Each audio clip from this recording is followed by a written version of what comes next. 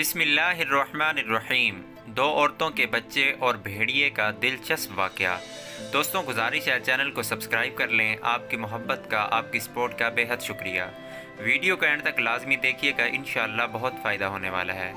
رسول اللہ صلی اللہ علیہ وسلم نے فرمایا، دو عورتیں تھیں اور ان کے ساتھ ان کے دو بچے بھی تھے۔ پھر بھیڑیا آیا اور ایک بچے کو اٹھا کر لے گیا۔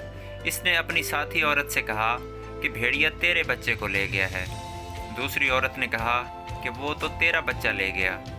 وہ دونوں عورتیں اپنا مقدمہ داؤد علیہ السلام کے پاس لائیں۔ آپ علیہ السلام نے فیصلہ بڑی کے حق میں کر دیا۔ وہ دونوں نکل کر سلیمان بن داؤد علیہ السلام کے پاس گئیں اور انہیں واقعے کی اطلاع دی۔ سلیمان علیہ السلام نے کہا کہ چھری لاؤ، میں لڑکے کے دو ٹکڑے کر کے دونوں کو ایک ایک دوں گا۔ اس پر چھوٹی عورت بول اٹھی کہ ایسا نہ کیجیے، آپ پر اللہ رحم کرے، یہ بڑی ہی کا لڑکا ہے۔ لیکن آپ علیہ السلام نے فیصلہ چھوٹی عورت کے حق میں کیا۔